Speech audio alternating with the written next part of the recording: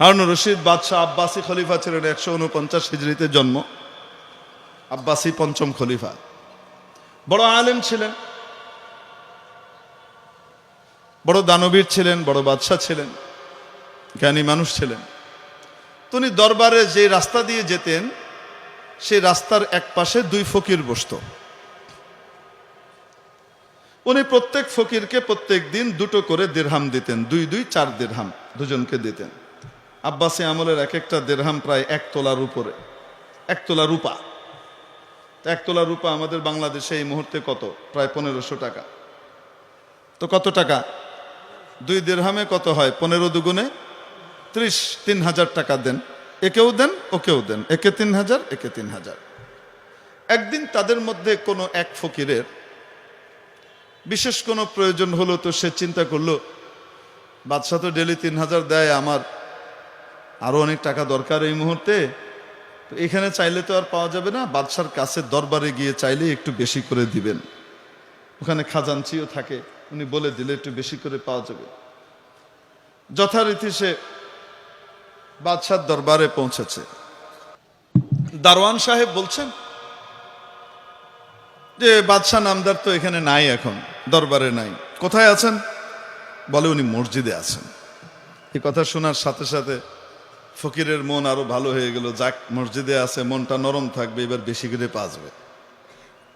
তো মসজিদে যে দেখে জনশূন্য মসজিদ এবং মসজিদের এক কোণাতে বাদশাহ একা একা এভাবে 2 হাত উঠিয়ে জার হয়ে কাঁদছেন, কাকুতি মিনতি করে আল্লাহর কাছে দোয়া করছেন, নিজের জন্য, গোটা দেশের জন্য, জাতির জন্য সুখ সমৃদ্ধি চেয়ে নিচ্ছেন।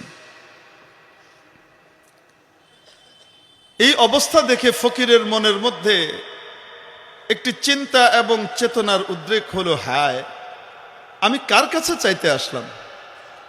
আরে আমি তো চাই 1 হাতে, এ বেটা তো আমার চেয়ে বড় ফকির, এ তো 2 হাতে চায়। তো এই বাদশাহ যার কাছে চায় আমিও তার কাছ থেকে সরাসরি নিলে অসুবিধা কোথায়? ফকির সিদ্ধান্ত নিল এখন থেকে আর সে বাদশার কাছে কোনো কিছু চাইবে না, নিজের প্রয়োজনে বাদশার কাছে কখনো চাইবে না, সে আল্লাহর কাছে চাইবে। মনে রাখবেন, নিজের প্রয়োজনে কারো কাছে হাত পাতা এটা ইসলামে নিন্দিত, আর দ্বীনের প্রয়োজনে, ইসলামের প্রয়োজনে কারো কাছে হাত পাতা এটা ইসলামে নন্দিত। নবী পাক মুহাম্মদুর রাসূলুল্লাহ সাল্লাল্লাহু আলাইহি ওয়াসাল্লাম নিজে দ্বীনের জন্য, ইসলামের জন্য সাহাবীদের কাছে হাত পেতেছেন, চাঁদা চেয়েছেন, ঠিক কি ঠিক না? অতএব আমার ঘটনার ফাঁক থেকে আবার কেউ এই ঘটনা দিয়ে দলিল দিয়ে দিয়েন না যে যে হুজুররা চাঁদা চাওয়ার জন্য আমাদের কাছে আসেন, মসজিদের সভাপতি দাঁড়িয়ে মুসল্লিদের কাছে হাত পাতেন, এটি তো নিন্দিত, হুজুর বয়ানে বলেছি। হ্যাঁস লাগাইয়েন না, নবুঝো আল্লাহর, হ্যাঁ বুঝতে আসে না। মুআজ্জাজ হাজিরিন, ফকির সিদ্ধান্ত নিয়েছে দ্বীনের প্রয়োজনে হাত পাতবে না, নিজের প্রয়োজনে কার কাছে চাইবে? আল্লাহর কাছে চাইবে, আর কারো কাছে চাইবে না। যেহেতু এখন তার লেনা দেনা কার সাথে? বুঝে না, নামটা নিতে লজ্জা লাগে, বাসুরের নাম তো, নামটা নিতে শরম করে কেন? কার কাছে চাইবে? লেনা দেনা এখন কার সাথে? বাদশার সাথে। যেহেতু লেনা দেনা নাই, তাই আগে বাদশাহ যে রাস্তা দিয়ে যাইতো ওইদিকে ফিরে থাকতো, এখন বাদশার কাছ থেকে লেনা দেনা নাই। ফাইনামা তুয়াল্লু ওয়ুজুহাকুম ফাসাম্মা ওয়াজহুল্লাহ, যেদিকেই তাকাও সেদিকেই আল্লাহর অস্তিত্ব আছে না নাই?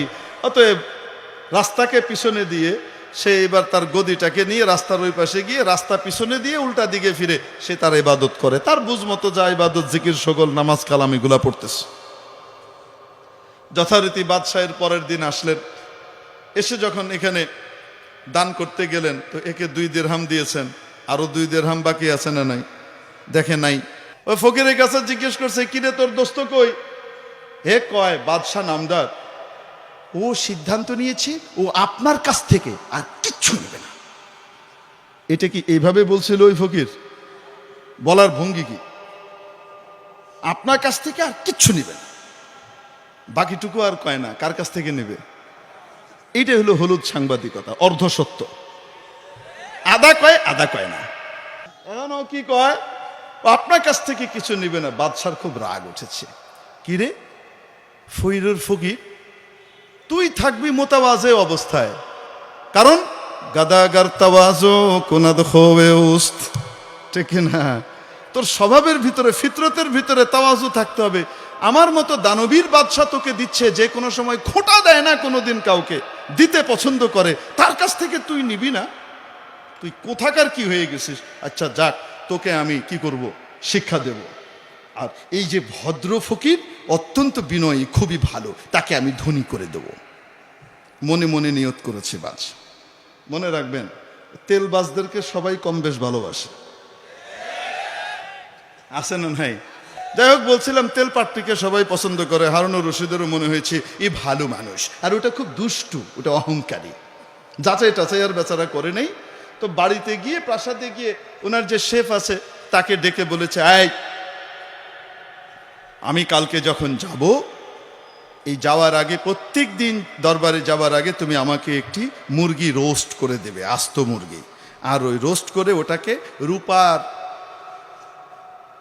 কি বলে কাগজ দিয়ে মুড়ে দেবে, আর ওটার ভেতরে দুটো স্বর্ণ মুদ্রা দেবে। কি দেবে? স্বর্ণ মুদ্রা, বুঝেন তো? হ্যাঁ, স্বর্ণের টাকা, দিনার। এখন বলেন, এক একটা স্বর্ণ মুদ্রার ভিতরে প্রায় 1 তোলার বেশি স্বর্ণ থাকতো ওই জমানায়। এখন বলেন তো দেখি, এক একটা স্বর্ণ মুদ্রার দাম কত এই যুগে?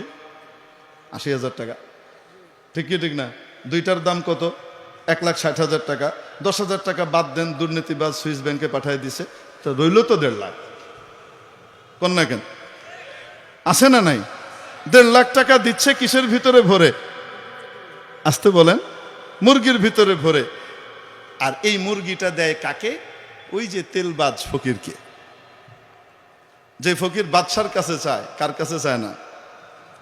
আর ওই 2 টাকা, ওই যে 2 দিরহাম, 3,000 টাকা, ওইটা থেকে ওকে বঞ্চিত করে না। তুই অহংকার করিস আর যাই করিস, আমার দেওয়া বন্ধ নাই, চলবে।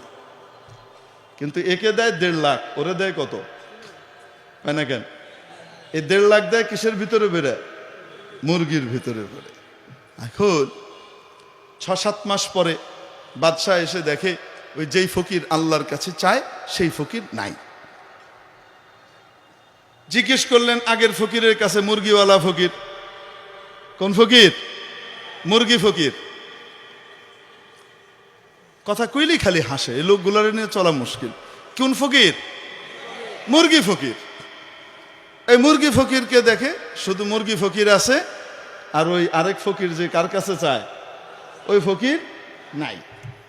মুরগি ফকিরের জায়গায়, কিরে তোর দোস্ত কই? সে বলে, বাদশাহ নামদার, ওর কি আর এখন ভিক্ষে করার দরকার আছে? ও তো এখন বাগদাদ নগরীর সেরা ধনী, তার তো বিশাল বিশাল জাহাজ আছে, বজরা আছে, সে এক দেশ থেকে আরেক দেশে ব্যবসা করে, তার বিশাল কি আছে, লজিস্টিক, বিভিন্ন ইকুইপমেন্ট তার কাছে চলে এসছে, অনেক ধনী সে। তো বাদশাহ একটু বিরক্তই হয়েছে, ও ধনী হয়ে গেল, তুই ধনী হতে পারলি না? তুই এখনো ভিক্ষা করিস, কারণ একে দেয় কত, ওরে দেয় কত। ও যদি ধনী হয়ে যায় তো তুই ধনী হতে পারলি না? তো এ বলে, বাদশাহ নামদার, আপনি ওকে দেন 2 দিরহাম প্রত্যেক দিন, বর্তমানের হিসাবে 3,000 টাকা, আর আমাকে দেন একটা মুরগি, তাও আস্ত, তাও জ্যান্ত না, এটা রোস্ট করা, এটা বেচতে গেলে বেশির চেয়ে বেশি 500 টাকা। আমারও দেন 500 টাকা, আর ওরে দেন কত? 3,000। ধনী ও হবে না তো কি আমি হব? বাদশার চোখ কপালে উঠছে। এরে বেকুব, তুই এই মুরগি করেছিস কি? এখন সে হেসে তেল তেলে হাসি দিয়ে বলছে, বাদশাহ নামদার, বুঝেনি তো, গরিব মানুষ, ফকির মানুষ, বুদ্ধি বেঁচে চলতে হয়, বুদ্ধিজীবী জীবন কাটাই, বুদ্ধিজীবী হতে হয়, কি আর করা, বুঝতেই পাচ্ছেন। ও তো একটু বেকুব, ভোদাই টাইপের, দুনিয়াটা বুঝে না তেমন। তাই আপনি চলে যাওয়ার পরে আমি ওকে বলতাম, দোস্ত তুমি বাড়িতে গিয়ে বাজার করবে, রান্না করবে, তারপর খাবে, কত কষ্ট। তুমি তো আল্লাহ বিল্লাহ করো, কি দরকার? তুমি তোমার ওই 2 টাকা আমারে দিয়ে যাও আর মুরগিটা নিয়ে যাও, রেডিমেড খাবার আছে। বাদশা চেয়েছেন, যে ফকির বাদশার কাছে চায় তাকে ধনী বানাবেন। আল্লাহ চেয়েছেন যে আমার কাছে চাই আমি তাকে বানাবো। তাহলে বলেন দেখি, রব্বুল আলামিন চাইলে নাখোশ না চাইলে খুশি হন। তবে এটা ধর্মার কাঠের মতো না, উঠছেরি তোর বিয়া, ধরো তক্তা মারো বেরেক, চাইলে আমার লগে লগে আইলো না কেন, এরকম মনে করলে মুশকিল আছে। অবশ্যই দোয়া কবুল হয়, দোয়া জায়গা মতো জমা থাকে, এবং যা দরকার সেটা সময় মতো মাওলা দান করেন, ঠিক কিনা? মেরে মুআজ্জাল হাজিরিন, রব্বুল আলামিনের দরবারে চাইতে থাকতেই হবে। নগদ পাওয়া যাক চাই না পাওয়া যাক, চাইতে থাকতেই হবে। দরবার একটাই আমাদের, কোনটা? এক বুজুর্গ হারাম শরীফে ইবাদত করতেন, 40 বছর ধরে ইবাদত করেন। এক যুবক আল্লাহ প্রত্যাশী, আল্লাহওয়ালা হতে চায়, সে হারাম শরীফে গিয়েছে, এখানে আল্লাহওয়ালাদের সমাহার আর সমাবেশ। আমি আল্লাহওয়ালাদের কাছে থেকে নিজেকে পরহেজগার দিনদার বানাবো, আল্লাহওয়ালা বানাবো।